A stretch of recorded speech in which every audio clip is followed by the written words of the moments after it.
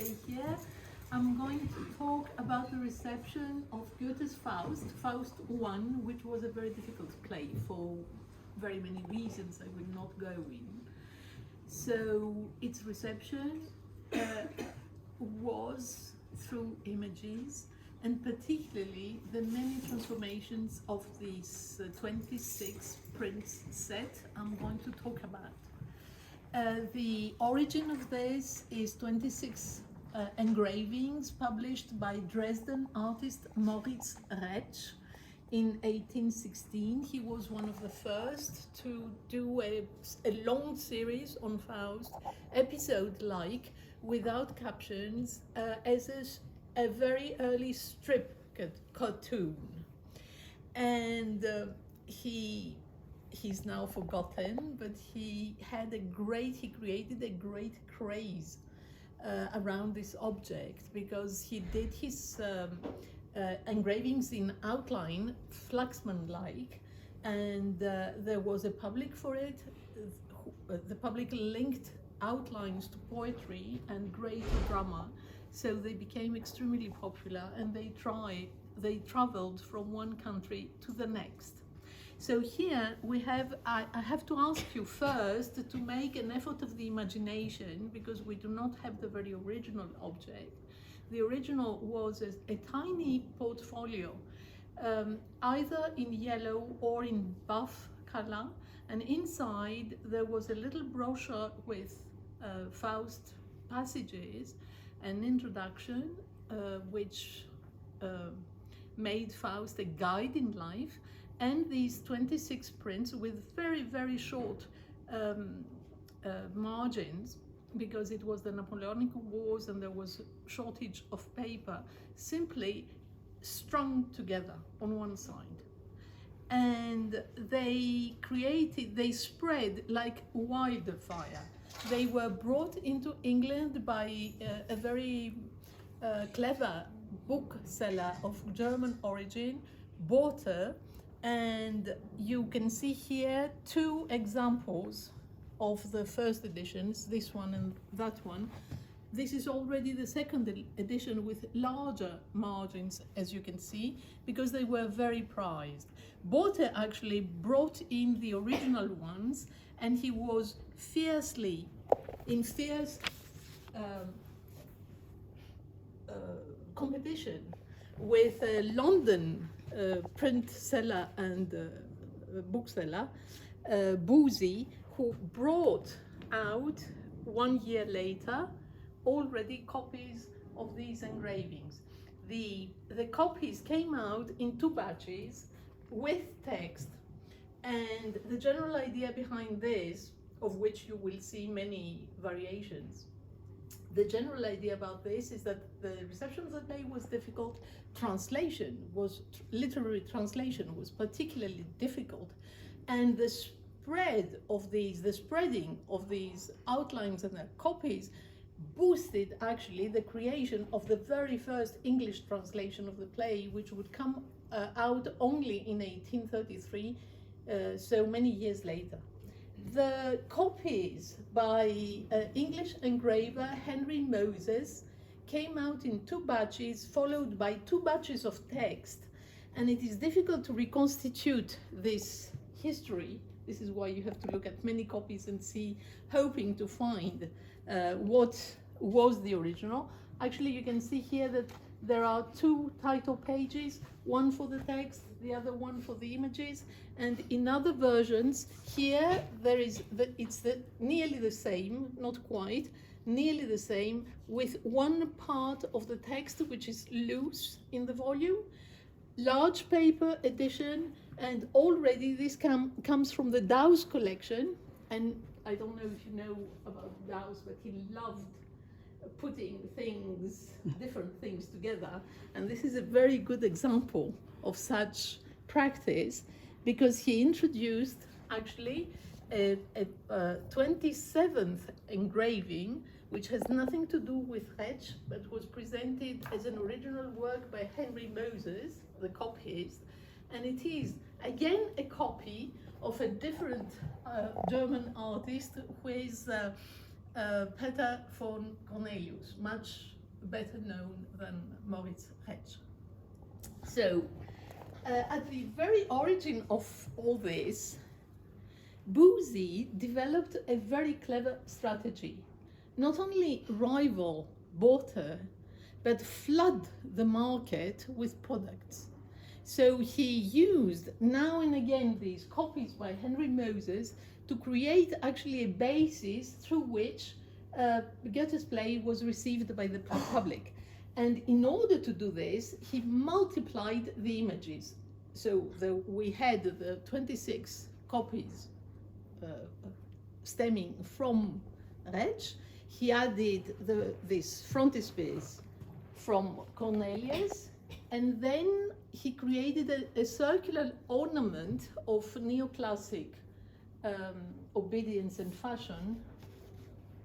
It is somewhere, but not necessarily in one of these books, which bibliophiles used as extra decoration. And some of these volumes actually had paper covers with a circular ornament stuck onto the covers. Snippets of various dramatic scenes of the play figured on this circular ornament as an extra enticement to persuade buyers, of course, to buy the book. And Boosey used also these prints in smaller editions, as you can see here, either for people, for instance, this one is a very interesting one because they're very, very small, but anybody who is interested in Faust may buy them. They were originally loose, I think, before they went bound. They were bound together, so you could decorate any volume of Faust you wished with these extra plates. Gradually, of course, the author's portrait was added to the collection, and all these were enticements. I cannot show you the 1824 edition by Boosey, which is particularly interesting because what happened actually, he brought out 3 editions.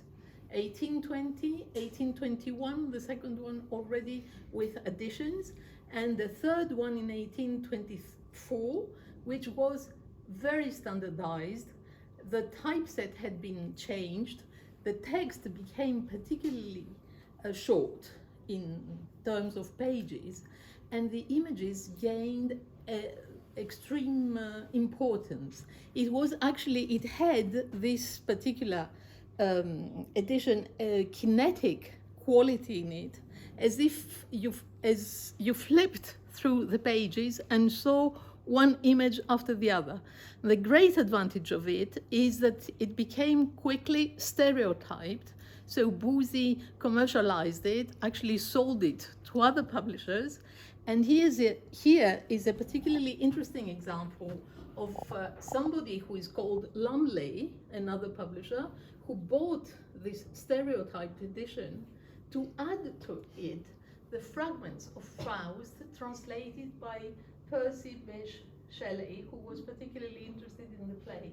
So we have here a meeting of home edition and an edition of the exiled poet who was also a rebel, you know. So it is a very, aesthetically, it is a very interesting object.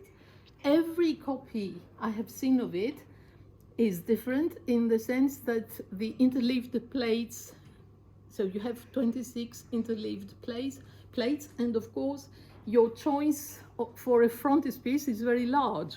So every single one is different because the choice of the frontispiece is different.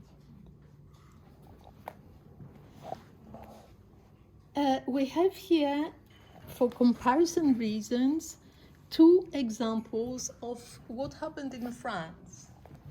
In France, the situation was different because Goethe's play was already translated, so there was no competition between word and image. But images were dealt in a very particular way in covers, enticing buyers to acquire the book.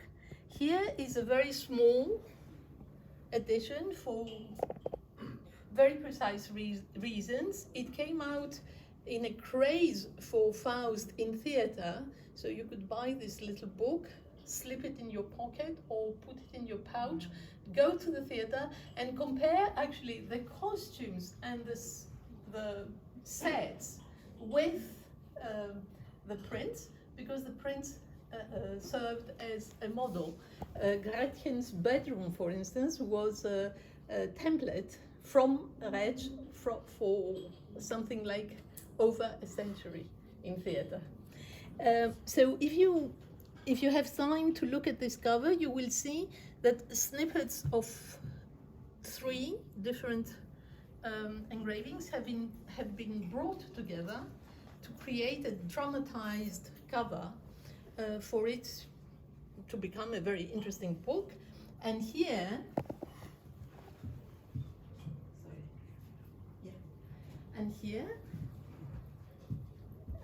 you have a very interesting example of a play on words, because Faust in German means fist. So you have a very spooky cover with a fist gripping a man under the word Faust, and behind this is a German-speaking personality on whom I will not say much. Now, 2 last items. One is a very special one that comes from your collection, which I discovered here, and it confirms something which I have been working on without finding much information about, but they're personal copies of Retzsch by amateur artists who liked the play and wanted to create an occasion.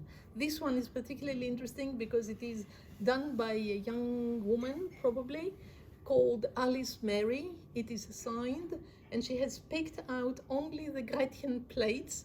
She has given voice to Gretchen because on several occasions, instead of privileging Faust, she privileges Gretchen. So it is a very nice personal reading of the tragedy.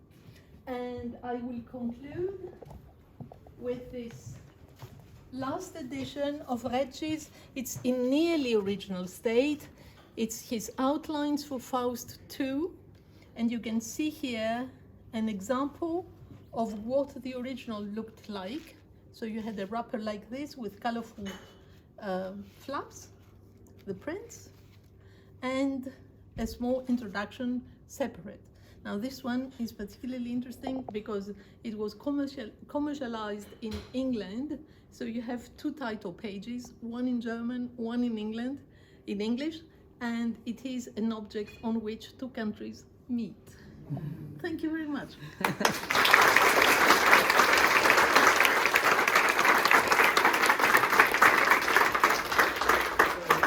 Thank you. So you're saying we don't have...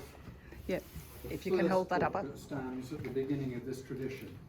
How very annoying. You must look out for one. Everyone do take a closer look. And perhaps the last book to mention is the one Andrew Honey is just holding, which is the physical copy of Evangelia's book on all these.